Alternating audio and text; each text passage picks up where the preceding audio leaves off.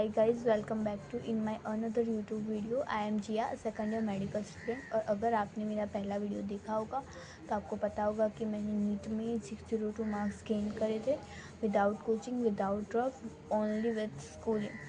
तो आज मैं आपके साथ शेयर करूँगी daily routine as a NEET aspirant, जिससे आप अच्छे नंबर गेन कर सकते हैं और अपनी सीट पक्की कर सकते हैं और वो वाइट कोट पहन सकते हैं जैसे मैं आज पहन। तो सुबह से स्टार्ट करते हैं। सुबह तो पहले तो जल्दी उठना होता है, वेकअप वाली बहुत से स्टूडेंट उस गद्दी को, उस बेड को छोड़ नहीं पाते।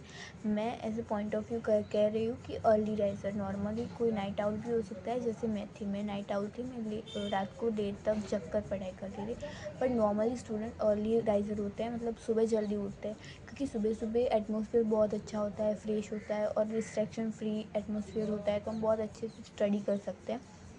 पर अब तो मैं उसी पॉइंट ऑफ व्यू से बात करूँगी। बट अगर आप नाइट आउल हो तो कोई दिक्कत नहीं है, उसमें भी आप अच्छे से अच्छी स्टडी कर सकते हो, क्योंकि मैं भी नाइट आउल थी और अगर मैं कर सकती थी तो आप भी ज़रूर कर सकते हो। तो वेकअप अर्ली, आपको बहुत ही जल्दी उठना है। डिपेंड करता है आपके सोने के टाइम पर, और 6 to 7 आवर्स की नींद मिनिमम लेनी है। तो आप इस टाइम पर रिवीजन और प्रॉब्लम सॉल्विंग जैसे क्वेश्चन बहुत ही अच्छे तरीके से कर सकते हो। मैं आपको सजेस्ट करूँगी कि आप सुबह सुबह इतने अच्छे माहौल में बायोलॉजी जैसे सब्जेक्ट, और अगर आपका वो बहुत ही पावरफुल है तो आप ऐसे सब्जेक्ट को उठाएं जो वीक हो आपके लिए। तो ये आपको बहुत ही हेल्प करेगा सुबह सुबह टॉपिक कवर करने में। और उसके बाद 15 मिनट का रिकैप लेना है। उस रिकैप में आपको प्रीवियस डे पर जो आपको पढ़ाया गया था स्कूल में वो आपको रिवाइज करना है, ताकि आप स्कूल जाते हो तो उस पर आप कंटिन्यूअस पूरा आपकी रिदम ज्वाइन हो जाए, आप पूरे उस रिदम के साथ ज्वाइन हो। इसलिए वो 15 मिनट में प्रीवियस डे पर आपने कौन सा सब्जेक्ट में क्या टॉपिक में क्या पढ़ा था वो एक बार रिवाइज कर लेना है। वो होगा आपका सुबह का रूटीन। बात करें तो आपको फॉलो करना है फिक्स स्टडी सिस्टम को, यानी कि एग्जांपल लाइक आपको 2 आवर देने हैं बायो को, 2 आवर देने हैं केमिस्ट्री को, 2 आवर देने हैं फिजिक्स को, और बचा 1 आवर जिसमें आपको रिवीजन और मॉक टेस्ट जैसा कुछ करना है। और 5 ऐसे ही आपको 6 to 7 या 5 to 6 आवर की सेल्फ स्टडी विद करनी है, मतलब स्कूल के बाद के टाइम में, स्कूल के साथ मैं नहीं कह रही। और इस वो जो मैंने एग्जांपल दिया 2 आवर बायो केमिस्ट्री फिज़िक्स और उसके बाद 1 आवर का रिवीजन और मॉक टेस्ट, वो मैंने जस्ट एग्जांपल दिया है। और वो आप चेंज कर सकते हैं अपने पर्टिकुलर कैपेसिटी के अनुसार कि आपको किसको कितना ज़्यादा टाइम देना है। Second and most most most important thing is that कि read NCERT as a Bible. देखो, मतलब कि NCERT को ना अपनी गीता समझ कर पढ़ना है। इसमें ही बहुत से स्टूडेंट इवन टॉपर भी गलती कर देते हैं, NCERT नहीं पढ़ते और पता नहीं कितनी डिज़ाइनेबल बुक्स, मॉड्यूल्स वो सब बसाकर साइड पर रखते, वही पढ़ते, और NCERT बेचारी साइड पर ही रहती है। और आपको नहीं पता कि 80 to 85% जो क्वेश्चन है डायरेक्टली और इनडायरेक्टली NCERT में से ही पूछे जाते हैं, स्पेशली फॉर बायो। कि बायोलॉजी है, इनऑर्गेनिक केमिस्ट्री है, वो सब आपको NCERT में से लाइन टू लाइन मगअप करना है। और आपको मतलब ऐसा पढ़ना है कि रात को उठा के भी आपको कोई पूछे ना तो आपको आना चाहिए। आपको NCERT की जो ट्रिकी लाइन है वो हाईलाइट करनी है, या आपको लगता है कि ये बहुत ही ध्यान देने वाली लाइन है वो हाईलाइट करनी है।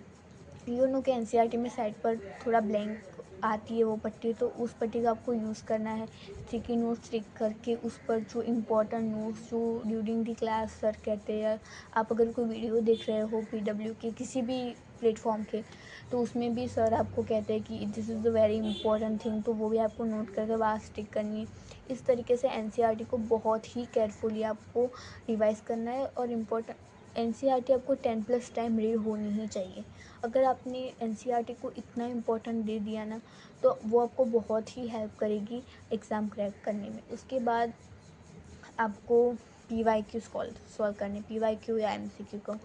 MCQ में आपको क्या करना है कि MCQ आपको कोई एक सब्जेक्ट के, एक चैप्टर के ऐसे नहीं लेना है, आपको सारे मिक्स लेने हैं सारे सब्जेक्ट के, और उसको MCQ को सॉल्व करना है। जो उसमें गलत है उस पर वर्क करना है। वो बहुत ही इम्पोर्टेंट थिंग है। आप कहाँ मिस्टेक कर रहे हो, कहाँ आपकी सिली मिस्टेक हो रही है, कौन सी मिस्टेक हो रही है, वो सब नोट करनी है। और अगर आप टेस्ट देने जाते हो तो उसके आगे के दिन वो लिखी हुई सारी मिस्टेकों को पढ़ना है, ताकि आप फिर से वो टेस्ट में वो मिस्टेक ना दोहराओ। बात करते हैं इवनिंग की कि आफ्टर स्कूलिंग क्या करना है। आफ्टर स्कूलिंग मैं कहूँ तो आपको थोड़ा मूड फ्रेश करना है। तो स्कूल के बाद आपको 10-15 मिनट एक अच्छी वॉक पर चले जाना है, या फिर काम जो आपके मन को बहुत शांत करता है ऐसे सॉन्ग को सुनना है, जिससे आप थोड़ी बहुत फ्री हो जाओ।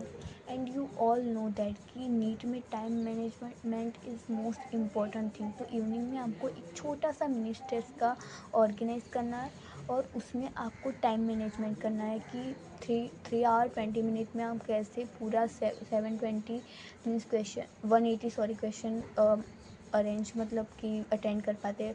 हाँ, मिनी टेस्ट में 180 तो क्वेश्चन नहीं होंगे, पर इसके हिसाब से अगर आपने जितने क्वेश्चन तो इस तरह मिनी टेस्ट से आप टाइम मैनेजमेंट बहुत ही अच्छी तरीके से सीख सकते हैं। इसके बाद आपको नेक्स्ट डे के लिए एक प्लान करना है कि नेक्स्ट डे पर क्या पढ़ना है क्या नहीं, वो आगे से ही डिसाइड कर सोना है, ताकि दूसरे दिन आपका टाइम बिल्कुल भी सुबह सुबह ना बिगड़े।